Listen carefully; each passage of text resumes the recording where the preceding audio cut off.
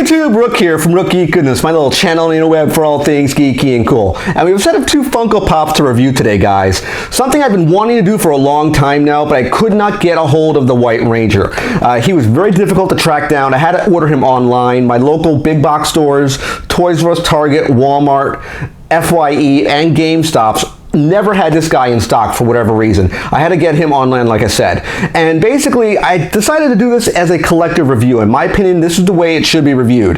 Of course, we know that Jason David Frank, back in the Mighty Morphin Power Ranger days, played both the Green Ranger and the White Ranger. So to do this review justice, I wanted to do both simultaneously. I think that would be the best way to review these 2 pops here. And again, this harkens back to my youth, when I actually loved the Power Ranger show. I actually really dug it years and years ago when I was growing up. I love the Green Ranger and I love the White Ranger. The other characters, not so much. I didn't really care for them so much. You know, the Alpha, you know, going, I can't really stand him. He was annoying as all hell.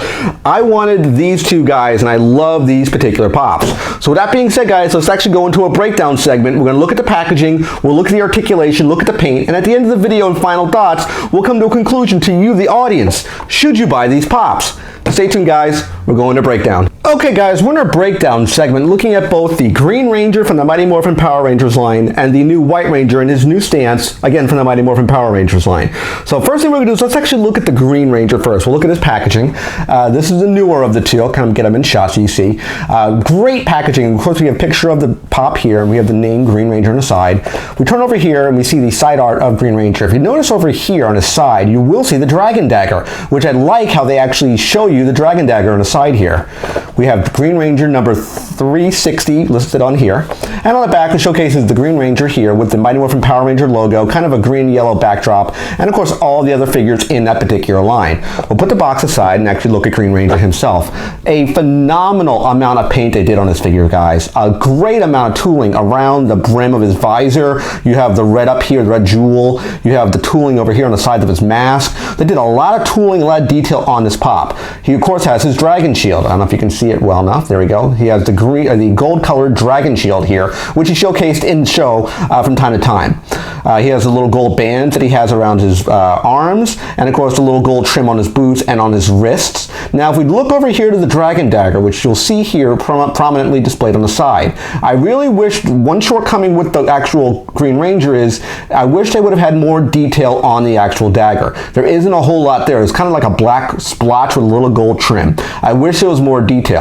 As far as articulation goes, head does move like you would normally expect on a Funko. No bobblehead, very solid. Paint is very clean, with maybe a little bit of splotches on the actual white boots, but I can let that go. I have no issue with that. Now, looking at White Ranger here, this is a newer sculpt. They originally came out with a White Ranger, I want to say 2013 or 14, that was actually released. And that was, I believe, at a time in which Funko lost the license for Power Rangers. The reason I say that, or I speculate that, is because there was a huge gap of time between the release of 3 figures, the red, the white, and the pink, and no other figures came out. So either they couldn't make any more, or there was an issue why they couldn't release any other figures. So I'm not entirely sure what happened there.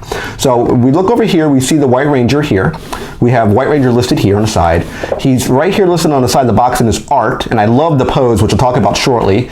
We have White Ranger here number 405, and on the back, which showcases the other 3 that were released in this wave. Of course, we have white, red, and pink. Again, with that kind of goldish green background color, which Power Rangers was known for, and logo at the top. Box aside, we look at White Ranger. Now, this is a different sculpt. He normally didn't look like that. His sculpt was very similar to the Green Ranger as far as his stance goes. Very similar to this one. I'll kind of put a picture up so you can see what it would look like. I love how he's in this kind of battle stance. He has his hand extended out, and a great amount of detail done as far as the gold trim and all the white accents on him and the black trim. The actual detail on Saba, his sword here. The only thing I wish I would have had was maybe a little more detail on the actual blade itself, on the hilt, on the kind of the tiger face. It's you see it there, but you don't see the accent of it. I wish I would have maybe put some type of wash on it or some other detail to give it a little more accent. That's the only thing I would say is a negative for this particular pop. Great trim around the helmet, as you can see. Great line work. No issues with paint. Very solid. Head articulations we normally see. I do love both these pops, guys, both individually and as a collective unit. And I think the best way way to review it, as I mentioned at the beginning of the video, is to do these together, because Jason David Frank started out as a Green Ranger and eventually moved to the White Ranger. So I think this transition works well, especially doing both at the same time. I highly recommend these pops, guys, and with that being said, let's go to final thoughts to wrap up this video. Okay guys, final thoughts on the Mighty Morphin Power Ranger figures number 360 Green Ranger and number 405 White Ranger in his new sculpt. First, let's get it out of the way right now. This is definitely a buy. I absolutely highly recommend both the Green Ranger and the White Ranger in his new pose. Now, Green Ranger, we talked about a little bit in the breakdown, was phenomenally done. They transitioned the character from the TV show and put him in vinyl figure form. The only drawback and the only bad point, and I talked about it briefly, was I wish there was more detail on the Dragon Dagger. I know it's there, I get it, I can see it, it's shown on the box, but I wish there was a little more detail on the dagger itself. But besides that, great tooling, great detail, no issue with the paint, phenomenal figure, absolutely a buy in my opinion.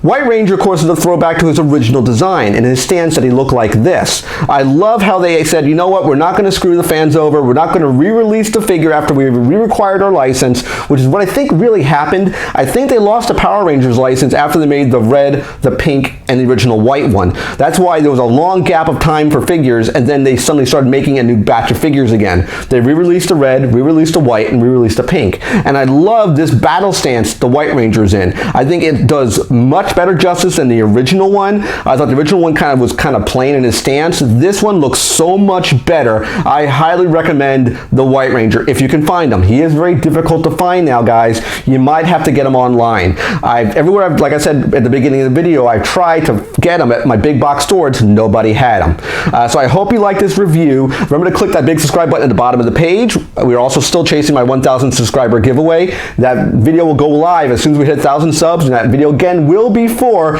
the Black Series Star Wars Anakin / Luke Skywalker lightsaber. So as soon as we hit 1,000 subs, guys, that video will go live. Remember to click on the videos you'll see on the side over here to watch more of my videos, and take care. I'll see you guys in the next video, and bye-bye.